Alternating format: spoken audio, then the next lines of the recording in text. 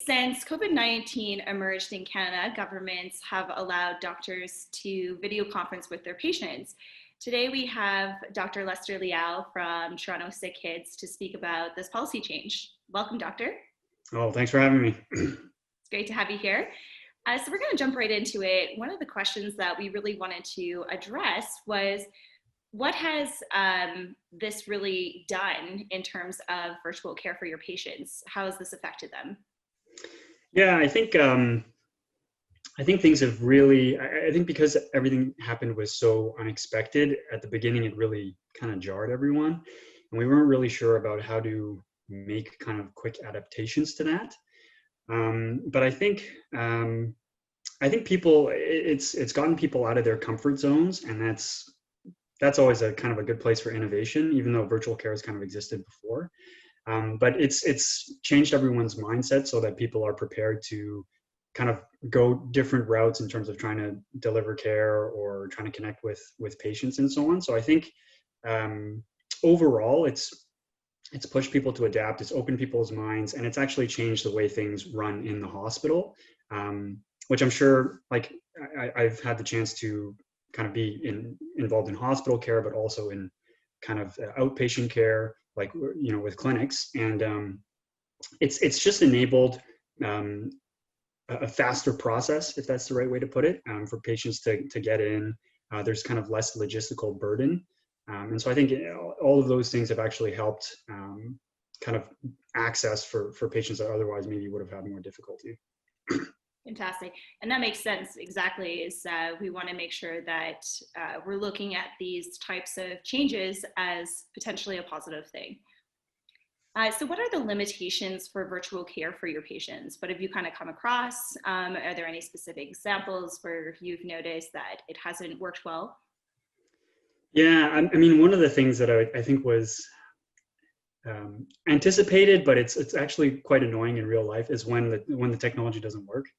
And so you're like waiting for a patient to join. There's different kind of modalities that can be used, like Zoom or whatever. But yeah, like when a patient doesn't show up, it's not. Sometimes you're just not sure if there's like a connectivity problem or whatever, and that's been a little bit.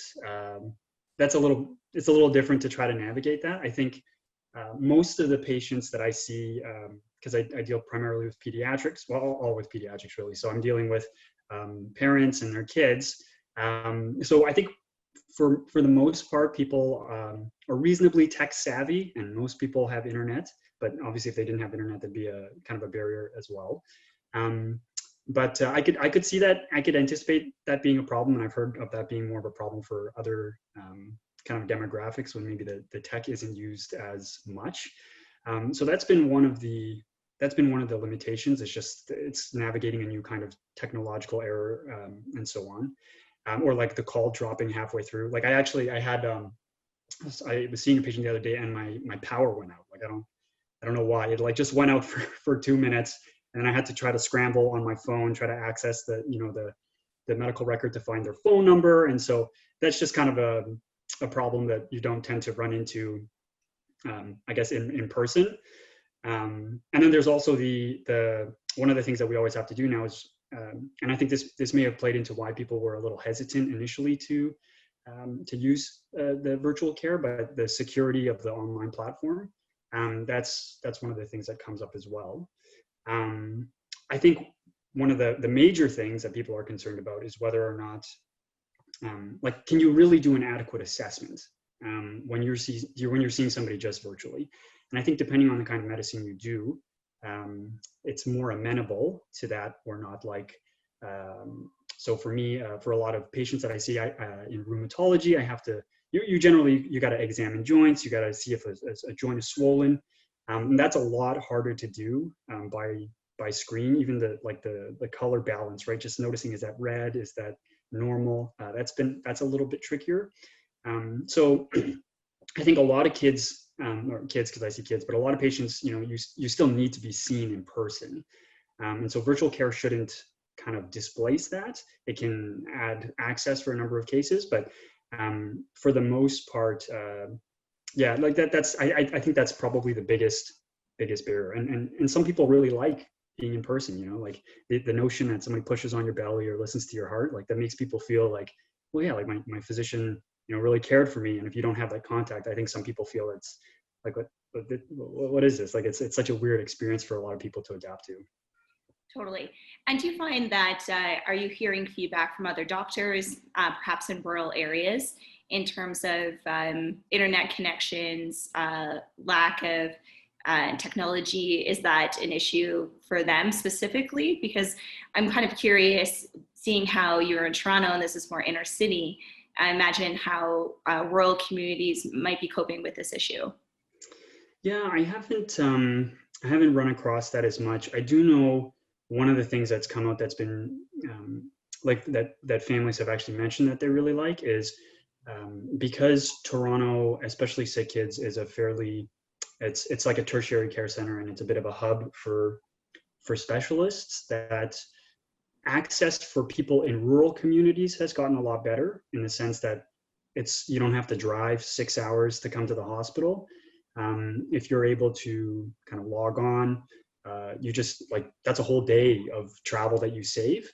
I'm not as familiar kind of with the practices specifically in rural areas, but I know that for a lot of rural patients, that's made things a lot easier, for sure.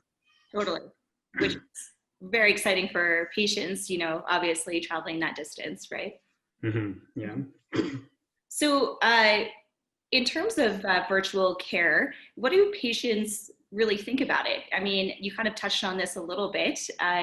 Are they liking it overall? Is it something that they're finding a little foreign to them? Is it a more positive experience? What's your take on this? Yeah, I think some patients are still fairly insistent on being seen in person, and I think sometimes like that's very understandable. It's kind of like again, I think for all of us that have been using so much Zoom technology over the past several months, like you want to be with friends in person. You want to be with people, and I think that's part of what it means to be human. And so when you're doing everything virtually, especially if you're dealing with things like some of the more sensitive areas around health, people people don't like doing that over Zoom, especially if there's a new diagnosis or something like that. So I think there's been some very understandable hesitancy, and I would say that that would fit into the limitations of virtual care. Like you don't want to talk about really kind of serious things or even like subtleties around body language to let somebody know that you're listening or that you care. Like that's a lot harder to communicate on virtual care. So I think patients don't like that as much. But the convenience, honestly, that's one of the things that comes up repeatedly. Like it's so pragmatic. So for for for kids, again, just that's kind of the area that those are the patients I see a lot of.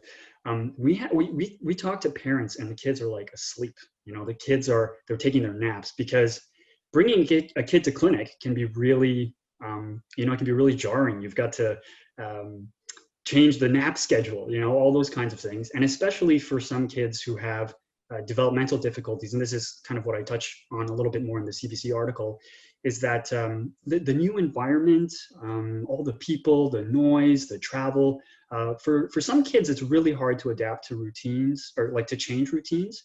And then kids being at home though, like you don't have to worry about that. And so even when you see the kid kind of on the screen, they're not nearly as irritable. They're not cranky because they've missed a nap and whatnot. So in some ways, you can actually get a more accurate assessment.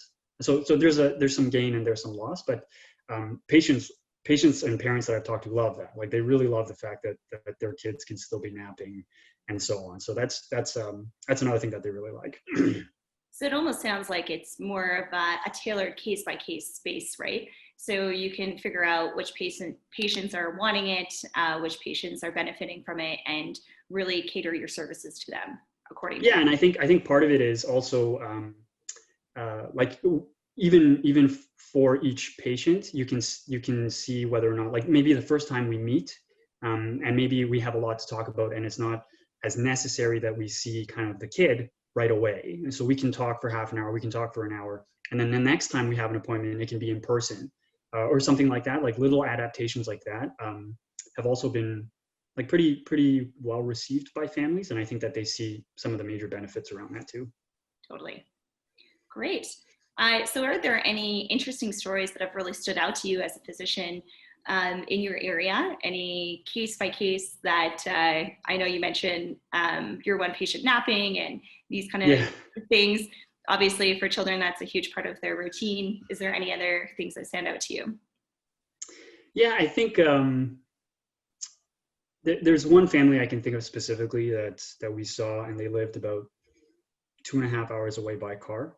And it was every time they came, because their son had kind of developmental difficulties, even making the trip required a lot of preparation, like even getting into the car, tolerating a 2.5 hour drive, and especially with kids, like, you know, maybe washroom breaks, like it. So it ends up becoming this ordeal.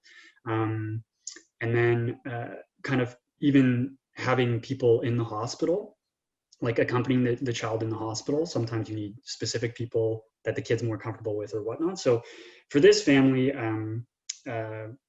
like the napping is like a common thing. So it wasn't just one kid. This kid also was napping while we talked with these parents. And you could see that it lifted a very significant burden for them. And I think it's really underappreciated how hard it can be sometimes for people to get to the hospital.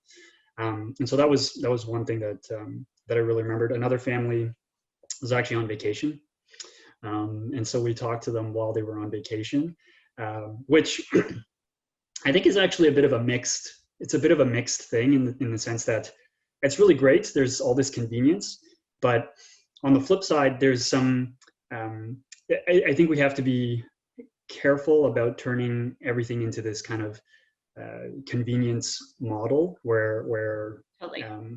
Like you can treat like your health as something that you kind of like, you check in like you're gonna go buy something off Amazon. You sign in online, you click what you want, and then you leave, right? And I think that's one of the dangers that can possibly come out of an over-reliance on virtual care. I think it's different when you need to refill a prescription or something.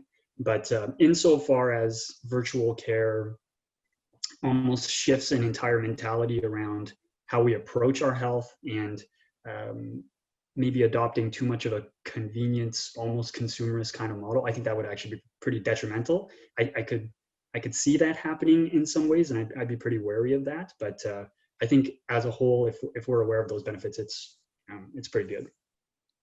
That's very well said. Yes. And it's kind of reiterating, this is more of a balanced conversation. So making sure that we are not utilizing this in a way that's going to be detrimental to the healthcare system as a whole in terms of patient care and the bond and the interaction that happens between a doctor and a patient, which is very well said. Well, thank you very much, Doctor. I appreciate you coming on today, and people that are watching can learn more about this issue at secondstreet.org. Wonderful. Thanks for having me.